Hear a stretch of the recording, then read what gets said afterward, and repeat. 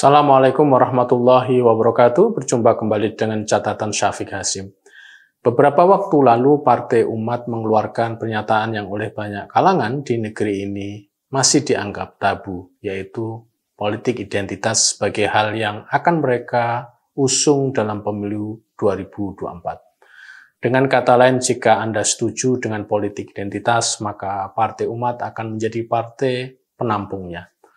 Pernyataan ini disampaikan saat partai ini menyatakan dukungan mereka pada Pak Anies Baswedan sebagai calon presiden RI 2024. Anehnya, Pak Anies sendiri dalam kesempatan yang sama justru menyatakan penolakan atas politik identitas dan dia menyatakan jika selama memimpin di DKI tidak pernah menjadikan politik identitas sebagai dasar kepemimpinannya. Sudah barang tentu pernyataan Pak Anies yang tidak pernah mengotori dirinya dengan politik identitas selama menjadi Gubernur DKI Jakarta banyak yang memperdebatkan dan bahkan mungkin banyak orang yang akan membantahnya. Hal ini satu persoalan, namun persoalan lain adalah mengapa Partai Umat beraninya memperjuangkan politik identitas. Saya melihat pernyataan Pak Amin Rais sebagai tokoh terpenting dalam Partai Umat ini memang bukan perkara aneh, terutama jika kita memahami bahwa keberadaan Partai Umat ini sebagai partai yang digodok oleh Pak Amin. Pak Amin memiliki sejarah panjang di negeri ini dalam konteks politik Islam. Beliau dikenal sebagai seorang akademisi dan pemimpin organisasi dan juga akhirnya menjadi tokoh politik. Dari dulu Pak Amin dilihat sebagai tokoh yang memiliki kecenderungan untuk mendukung pada upaya formalisasi sistem politik Islam. Beliau menjadi salah satu juru bicara untuk kepentingan politik Islam pada masa itu. Pak Amin adalah orang yang bangga atas pendirian dan peran IJMI sebagai organisasi yang memobilisir kelompok cendekiawan dan teknokrat Muslim untuk masuk dan menguasai kantor-kantor dan jabatan pemerintahan pada zaman Soeharto. Zaman dulu jika ada istilah Islam struktural, maka istilah ini pada dasarnya ditujukan pada Pak Amin dan tokoh-tokoh lain seperti Pak Habibie, Pak Adi Sasono, dan gerbong IJMI lainnya. Ya, pada dasarnya istilah struktural ini disematkan pada Islam untuk menunjukkan bahwa ada kelompok Islam di Indonesia yang memperjuangkan Islam dekat atau masuk dalam struktur negara. Pak Amin menjadi lokomotif utama dalam gerakan ini. Kelompok Islam struktural yang dekat dengan kekuasaan Pak Harto dan Pak Habibie ini dilawankan dengan kelompok Islam kultural. Gus Dur, Jalaluddin Rahmat, dan sebagainya dilukiskan sebagai kelompok Islam kultural. Makna istilah ini adalah mereka yang berada di jalur ini menganggap bahwa Islam di Indonesia cukup berperan dalam ranah kultural saja. Bahkan Islam kultural yang direpresentasikan oleh Gus Dur ini menolak segala upaya untuk melakukan Islamisasi Indonesia. Gus Dur berulang kali menyatakan jika negeri Indonesia ini adalah negeri Pancasila, tidak ada sistem politik Islam di dalam ajaran Islam.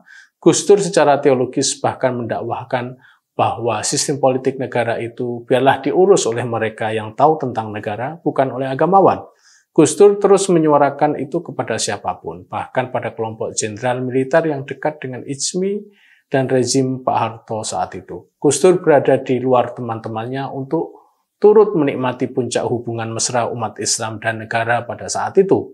Kata Gus Dur, dia lebih nyaman membela kaum pinggiran daripada ikut bergabung ke dalam IJMI. Namun posisi yang diambil oleh Gus Dur ini sangatlah mahal.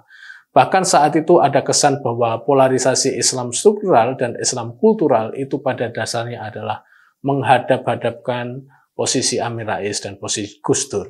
Kecenderungan pada politik Islam pada Pak Amin terputus karena beliau mendirikan dan sekaligus memimpin Partai Amat Nasional, PAN, yang didukung banyak oleh tokoh-tokoh dengan latar belakang yang berbeda, bahkan secara agama.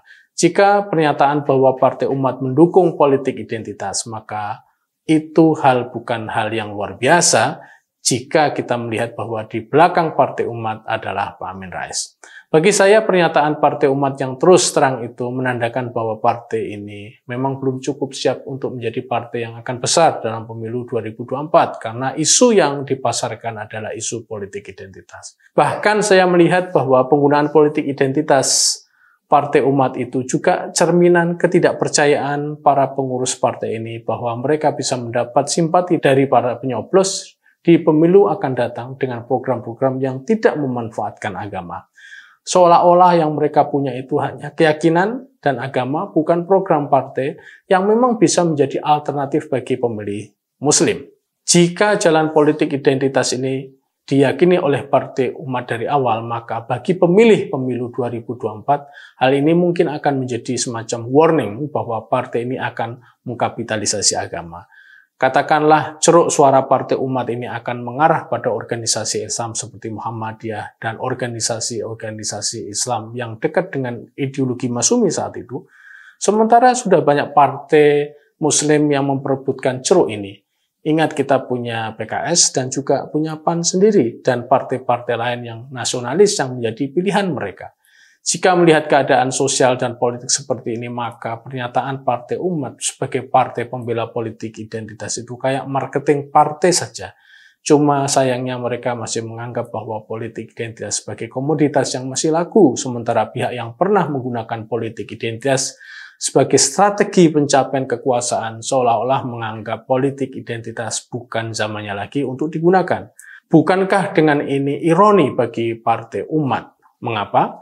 Pada saat semua elemen bangsa ini menjauhkan diri dari politik identitas, mengapa Partai Umat ini justru menghelanya? Ingat pernyataan Ketua Umum PBNU Kiai Yahya Stakuf bahwa politik identitas itu jangan dipakai. Bahkan untuk level identitas ke-NU-an saja di lingkungan NU tidak diperbolehkan karena dampaknya yang tidak baik. Karenanya saya melihat upaya Partai Umat ini menjadi melawan kehendak kebanyakan umat Islam. Padahal dulu Pak Amin juga yang menjadi promotor high politik. Kok bisa membesut partai dengan mengkampanyekan politik identitas? High politik ini maknanya politik luhur yang tujuannya adalah kebaikan bersama, bukan kebaikan kelompok tertentu. Sebagai catatan, Partai Umat ini terlalu terburu-buru menuruti hawa nafsu politik untuk meraih jalur kuasa dengan kampanye politik identitas. Demikian, wassalamualaikum warahmatullahi wabarakatuh.